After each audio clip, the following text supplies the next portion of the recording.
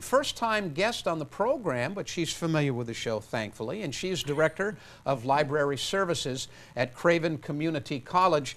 And Cathy, I'm glad you're here. This is, well, National Library Week is one of the things about which you want to speak. But yes, it's nice to see you. Yes.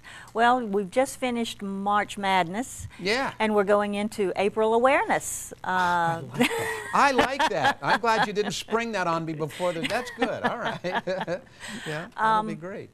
April is a busy time for the library, an academic library especially. All of the term papers are coming due, and National Library Week falls in April. So this year we're going to actually make a big splash with National Library Week, and we have several things coming up that I hope everyone will be interested in finding out about. At Craven Community College, you run the library, and it must be a kind of a continuous loop as far as being busy and in and out all day, as you mentioned, particularly with term papers and stuff done. Is there what specific week, I should say, is National Library Week? Next week is National Library Week, April 14th through the end of the week. Okay, is that national? That is national. That's the National Week for National Library Week. Okay. Have you done this before? I mean, running or being, you know, head of library services, you've done this before. You've been here how long?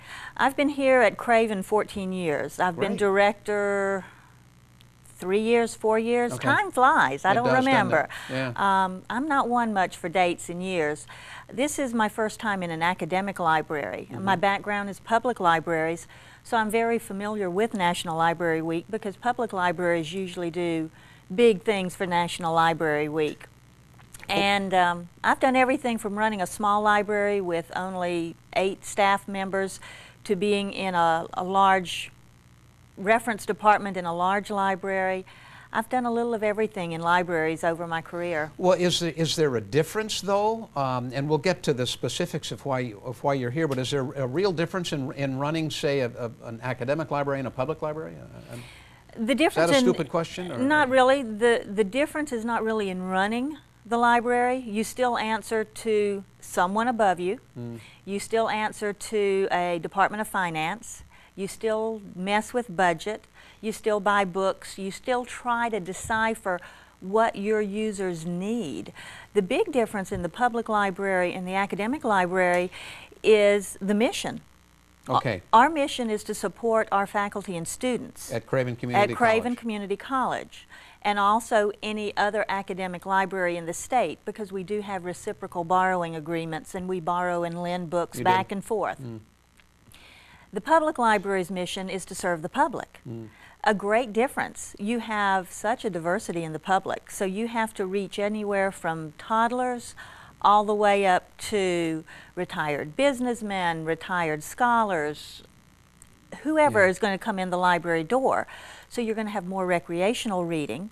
We have more academic materials. You serve only, and I don't mean only as in you only serve those who are at Craven Community College then, yes? Our primary purpose is to serve Craven Community College. Sure. We are open to the public. You are, okay. A lot of public don't realize this, but we are open to the public. You have to be over the age of 18 to actually get a library card to borrow.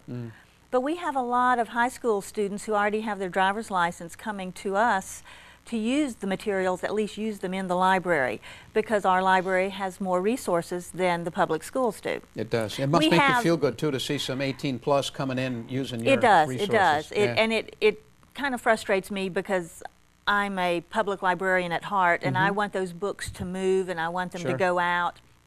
But rules are rules. So if they're under the age of 18, either their parents have to come in and get a card to borrow books for them, or they have to just use the material in the library. But your mission is to serve the students, the faculty, the staff at Craven Community College, and basically that's what it is. That is our mission. That's our primary mission. So you're not going to come to us and you're not going to find the books on the New York Times bestseller list.